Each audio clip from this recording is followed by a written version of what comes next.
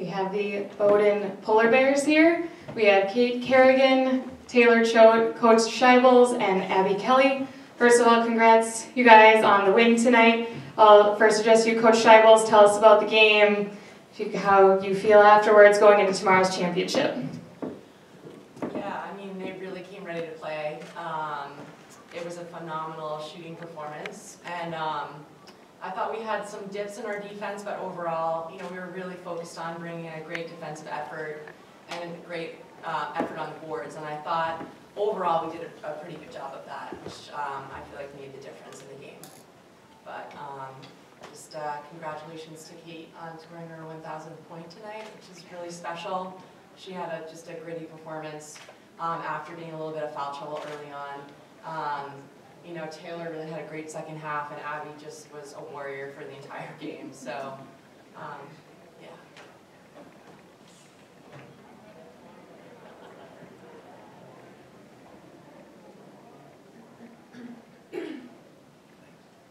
Abby, can you talk about your shooting performance? Have you ever shot like that before in your life?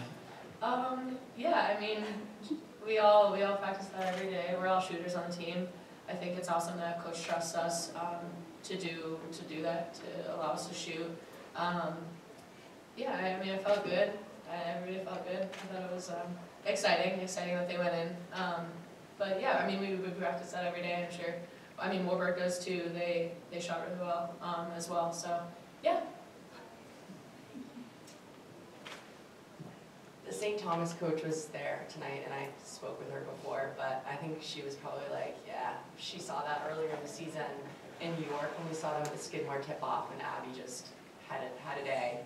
So.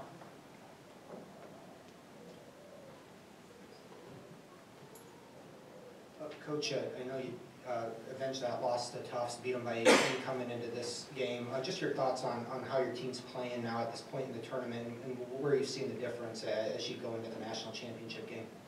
Yeah, I think, often adversity can bring about just amazing growth, and I think in the case of our loss to Tufts, it did just that. We really focused in on those weaknesses that were displayed in that game, and it's made us a much better team. Our confidence is great. I mean, we're really excited to have this chance to see Amherst again.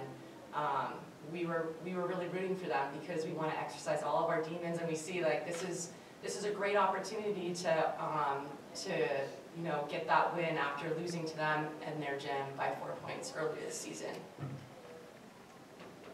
Eric Atherton from the Post Bulletin. I have asked a question. Never saw your team play before. Why does Abby come off the bench for you? I mean, that's a hard question. I mean, it's nothing. I mean, Abby and I have talked about it. Like, there's nothing that she's done wrong. We have great senior leadership, and we feel like she just adds like a great punch coming in like 2-3 minutes into the game, offensively and defensively for our team. But we just have so many weapons, and it's just been my decision that she gives us what we need right when we need it. Just when legs are starting to get a little tired, she'll come off the bench and just makes a nightmare situation for teams. If I follow up, one other question. And then in the second half, Taylor, all of a sudden it looked like you took over for a chunk of the game, and in the first half you were more distributing. Was that a part of your plan for the second half, or did it just happen? No, I mean, shots weren't falling the first half, but sometimes they aren't going to fall. You just have to keep taking them, and in the second half I just locked in, and I'm going to keep looking for my shot and do what I can for my team. And they have confidence in me, I have confidence in myself, so that was a difference in the second half. I just kept shooting, didn't give up.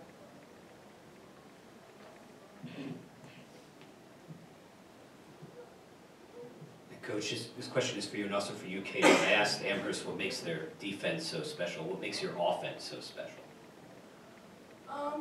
I think it's just, what Abby referred to, play free. I mean, there are, in every game, conversations about shot selection. However, I just think part of their confidence comes from, that their ability to know that I trust them, and just to play and not overthink offense.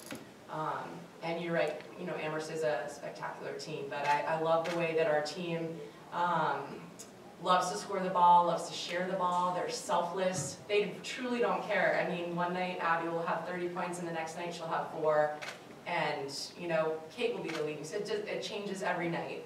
And I really think that's an important part of our team culture and chemistry, and it's what makes this group so special.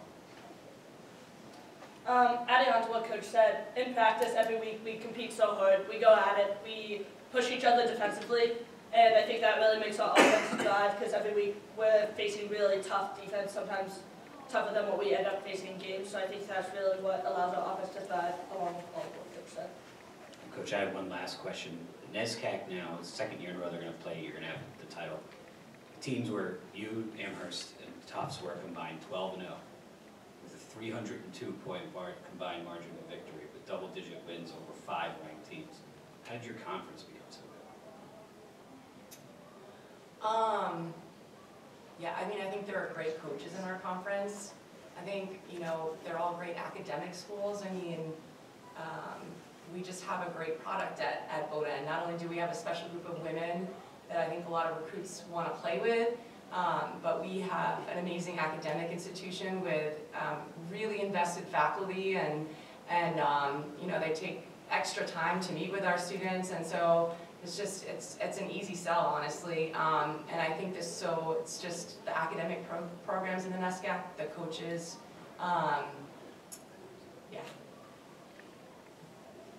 Coach Brendan Gulick at NCAA.com.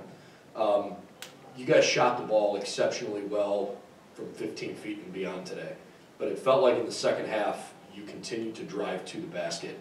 Maybe it took a little bit of pressure off some of those outside shots because things kept flowing. How much of that was an active mentality versus those were just looks you got? We kept talking about that in the timeouts, in the breaks, that we wanted to really force them to play defense, get to the rim, and get to the line more. I mean, we didn't get to the line much in the first half. So we really talked about that a lot at halftime and throughout all the timeouts about having that rim mentality as we went deeper into the game. And lastly, for any of the three young ladies, obviously tonight you got off to such a quick start, and sometimes in a game of these magnitudes, you know, getting off to a quick start can certainly help. You and Amherst have a lot of familiarity back and forth. They know you, you know them. You don't have to spend a lot of time on a scout. How important is it to get off to that kind of a start tomorrow? I think it's really important.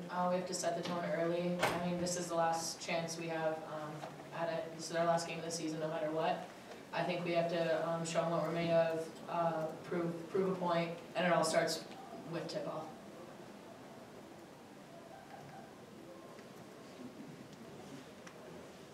We have time for one more question. Who was the cheering section?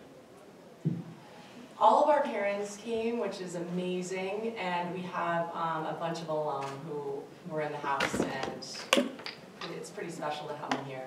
We're really grateful for that. Thank you guys, congrats, and good luck tomorrow. Thank you. Thank you.